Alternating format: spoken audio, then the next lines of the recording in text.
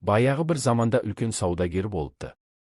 Қол астындағы сатушыларға тауардың кем-кетігі болса, алушылардан жасырмаңдар деп ескертеді екен. Күндердің бір күні бір яһуди әлгі кісінің дүкенінен кемшілігі бар киім сатып алыпты. Сатушы бұл мұсылман емес, оған айтудың қажеті жоқ деген ойда болады. Кешке сатушылардан дүкен иесі әдеттегідей есеп-қисап алады. Міне, сол кезде ақауы бар киім ешбір ескертусіз сатылғаны белгілі болады.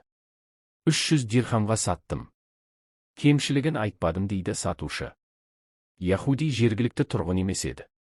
Қайда кеткенін сұрастырып, күндіз керуенмен жолға шығып кеткенін біледі.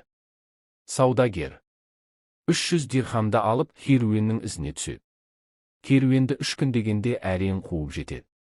Сұрастырып жүріп яһудиді тауып алып, сен пәлен дүкеннен киім алған едің. Ол киімнің кемшілігі бар. Міне, ақшаңды ал.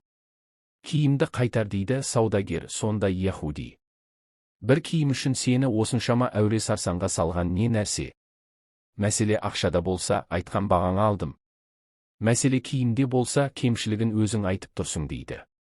Сонда саудагер: мені мұндай қадам жасатып тұрған күш, ислам, менің пайғамбарым Мұхаммед, оған Алланың салауаты мен сәлемі болсын, кімде кім алдайтын болса, бізден емес деп айтқан дейді. Сөзінде зәредей өтірік жоқ екені көрініп-ақ тұр. Яһуди мұны тұла бойымен сезінгендей еді.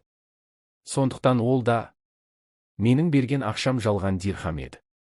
Міне, ұста. 300 дирхам. Саған тағы бір нәрсе айтайын, Алладан басқа құдай жоқ. Мұхаммед оның елшісі екеніне куәлік етемін деп мұсылман болған екен. Әрі ғұлама, әрі мұсылман әлемін басқарған халифа Омар бин Абдул-Азиз үнсіз күйде Алла тағала жолына шақырушы болыңдар депті жанындағы кісілерге. Сонда олардың қалайша деген сауалына мінез құлықтарыңмен, әрбір іс-әрекеттеріңмен деген екен.